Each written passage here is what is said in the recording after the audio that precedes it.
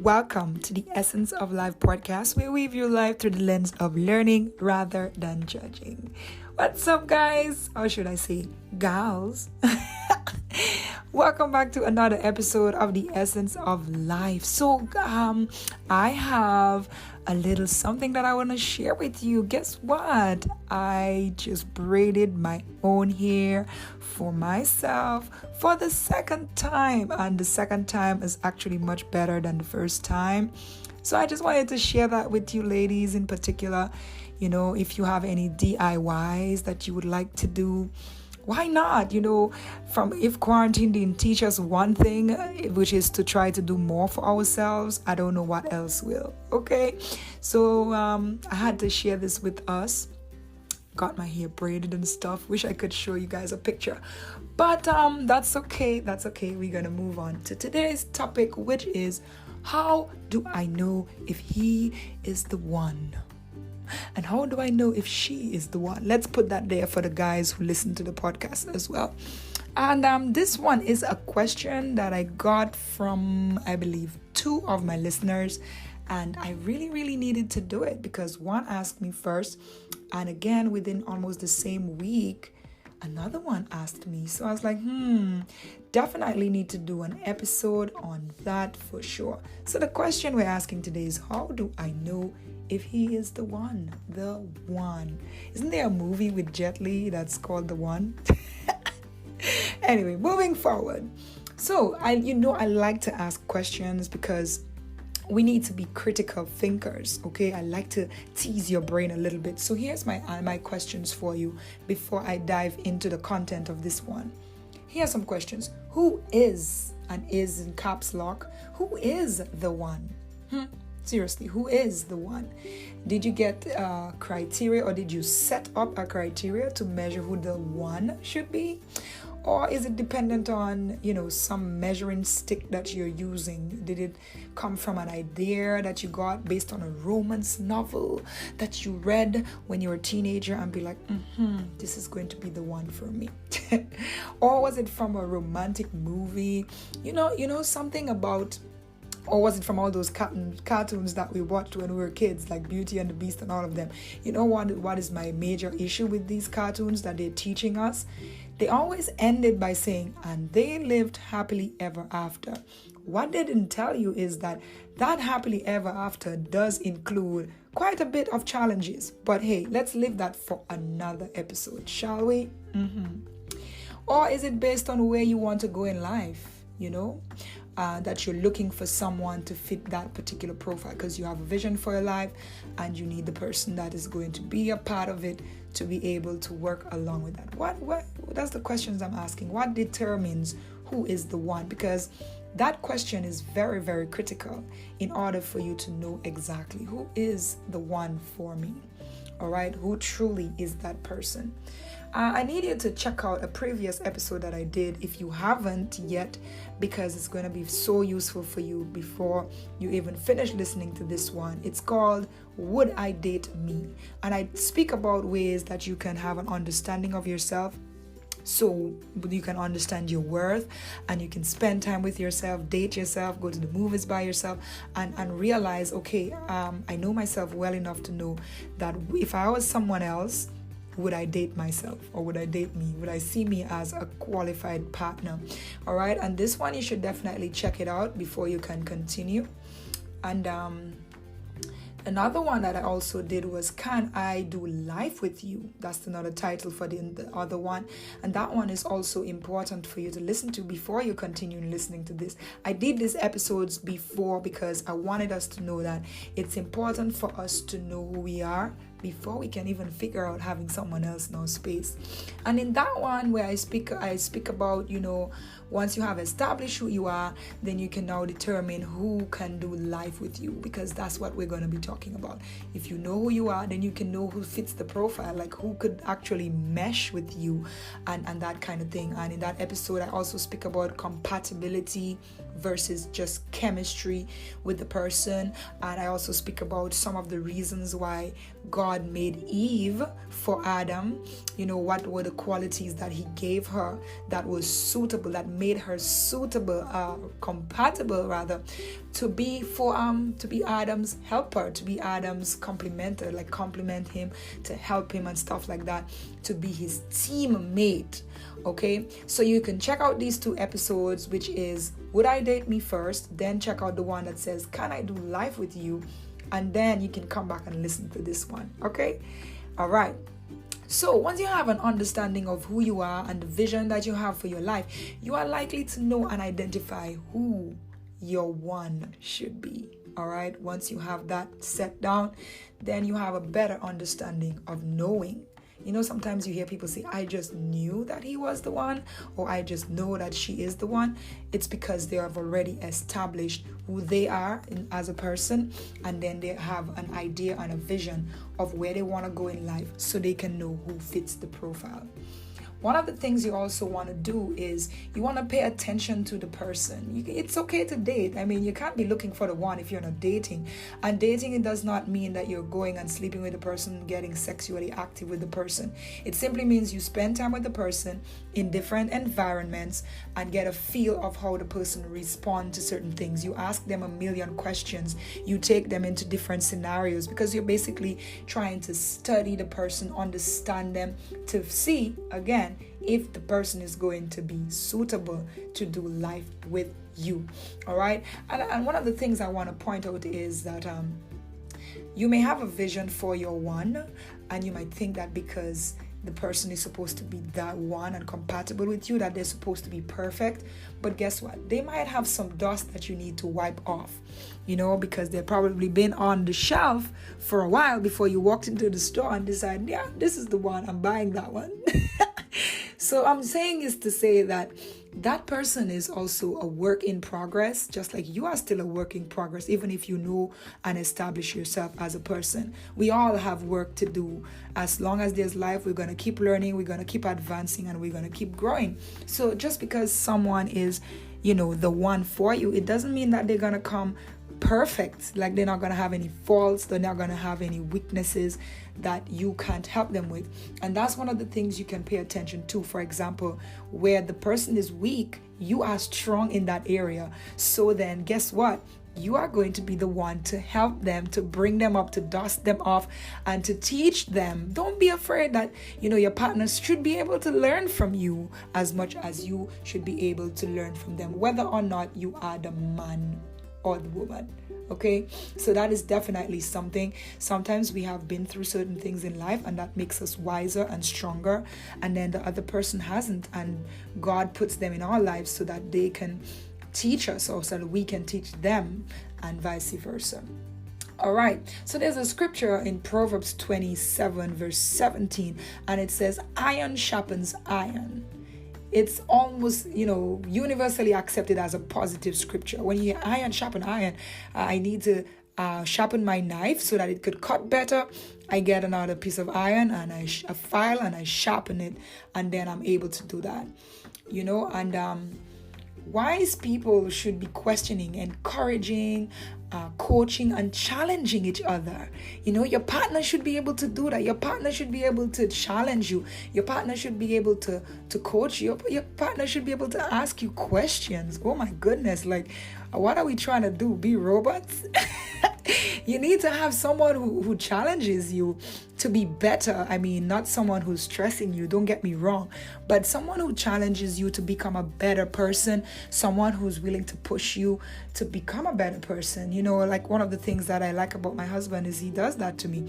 He will say to me, sometimes he calls me Lady Grant. I think that's sexy. He's like, Lady Grant, I need you to do this. And I'm just like, this guy, he must believe that I can do it. And that's a sign that they believe in you as well. And he throws me into the deep, and he prays me through if he needs to. And then I just, get it done. I put in the effort. If my partner believes that I could do it, and God believes I could do it, hey, I'm definitely going to try. So you want to have that encouragement, that challenge as well. Don't be afraid to understand that there are going to be challenges. And that's where the iron sharpens the iron comes in. because your partner is like that iron that is going to sharpen you, and you're going to be the iron that's going to sharpen him or her in return. And lastly, I want to add also is that you can be yourself and be comfortable around that person. I remember a particular relationship that I was in. I was dating and seeing someone, and one of the days we were home, we were in the kitchen, and I'm really a very hype young lady at times. So I think I did some kind of karate move and, tried to kick his butt. I know I could be a little wild sometimes, and he wasn't having it. He was like, "Why are you doing that?" And right there, I realized that I was being myself, but my partner was not very comfortable with it, and he probably didn't have an understanding that I was just being playful or just being petty, And, these are small things that you can identify. You look at how the person respond when you become yourself around them. And are they allowing you to do it? Are they, or are they judging you or, trying to change you? Yeah, that's it. Are they trying to change you and be like, oh, you need to fix this and you need to fix that and dictate your life? Or are they trying to speak it in love instead? There are some things about us that we definitely need to change. But if you have certain things as your personality, it complements who you are. Your partner is not going to look at you in a judgmental way, but your partner is going to look at you with eyes of understanding and be like, okay, so that's who you are. And maybe they can come and, on the fun side and try to have a little fun with you. It's just like friends. You make friends, you spend time with them, and the more time you spend with them, the more you become yourself around them, and the more they accept you for that. And that is something that the one that you're planning to spend the rest of your life with should be able to do. Allow you to be yourself. You should be able to tease your partner, play with your partner. If your partner is grumpy when you're being teased to your partner, then maybe your partner is dealing with emotional baggage and they're angry on the inside, and maybe you should just help them to lighten up a little.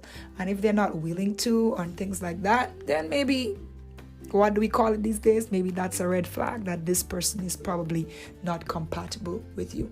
But the main point is that you need to spend time with the person, understanding the person, examining certain qualities about the person. And also you have to be compassionate and encouraging too, because you don't expect to just be like, okay, I have a profile that the one is supposed to have, and I just need you to fit it. I need to just be ticking everything off my list. And if you're not fitting that, you can't be the one. Like, please calm down, please. We're humans. Okay. And sometimes we just need to see past the rough edges of some people, and then we'll realize that they're really so creamy inside, like a donut. One of my favorite donuts is the one that has the cream on the inside after you sink your teeth into it. Okay, I'm sorry, I'm talking about food now.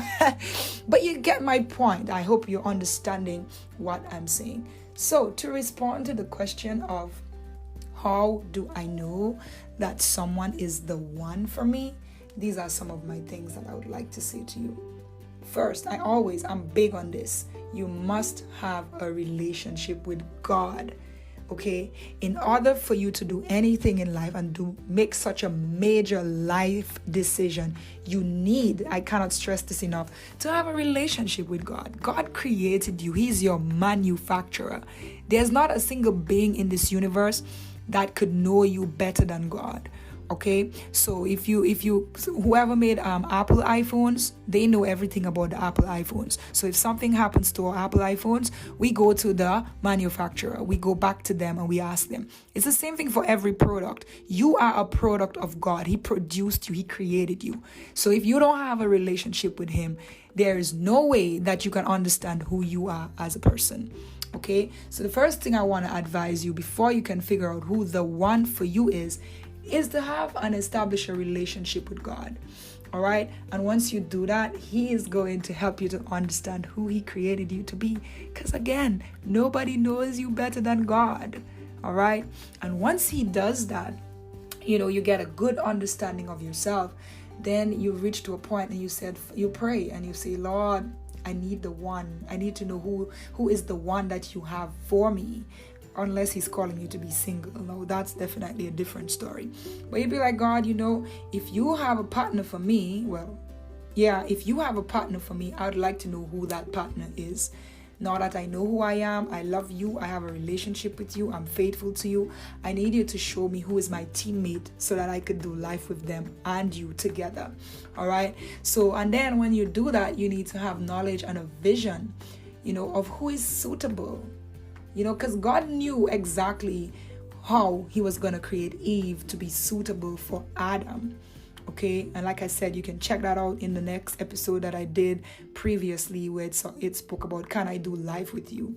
He knew what Adam needed in order for him to be successful in the Garden of Eden. So he created Eve with these specific qualities. So God knows who he created with specific qualities that can be suitable for you to do life with them. And that's why you need to know him first and then seek him for that person. All right. He knows you the best, and he's also, again, he obviously knows who suits you. And the last thing I want to share with you is when you're trying to find out who the one is, oh boy, I don't know, but you have to be comfortable around the person. You need to be comfortable. You need to be yourself. Because if you're going to be in a lifelong relationship with someone and you cannot be yourself with that person, just imagine how difficult your life is going to be. Right? So you have to be comfortable, being around them, being with them. And you also need to make them feel comfortable being around you and being themselves with you. If someone is accepting you for who you are, then you should accept them for who they are as well. It's not a one-way street when we're doing this, okay? Like my book says, walking a two-way street. It's not in that context, but it's definitely a two-way thing when it comes to that. All right, the person makes you feel comfortable, you make them feel comfortable as well. And note, it is also important to note that sometimes there may be some tests and some challenges in the beginning of the relationship. Again, iron sharpens iron. When the person comes into your life, they come with baggage. You come with baggage. You all come from two different family backgrounds, so many different things. You were cultured differently. Obviously, there's going to be clashes in and out of these things. But if you come to a place of understanding all of that, okay, and not try to make the person be suitable for you, but instead try to be the iron that sharpens the person as the person sharpens you instead, you'll be able to overcome these challenges. You will be able to see past these tests, and you will be able to learn from them, because this is what we do. We learn from life and everything it has to offer. And those things, those challenges will continue along the way. But as they do, and you and your teammate get to know each other even better, then you're able to overcome them. You develop strategies on how we're going to deal with this the next time it arises, or whenever a situation arises. How are we going to deal with that? So be prepared to wipe some dust off of the one, and don't view them as, because they are the one, that they must be perfectly suited for me. We're not talking about a robot. We're talking about a human being. It's going to have weaknesses. It's going to have setbacks. It's going to have challenges. It's going to have baggage. But what you're going to be able to do is to see past these things. See, again, the cream on the inside of that donut, and understand that this person, aside from all of that, really is a great soul, really is a great person. And the qualities and their personality, it is suiting with mine. And we can definitely do life and be a team together. And remember, it's both ways. You be that for the person, and the person also has to be that for you. All right. So you're looking for a teammate, not just someone that you feel fuzzy for on the inside.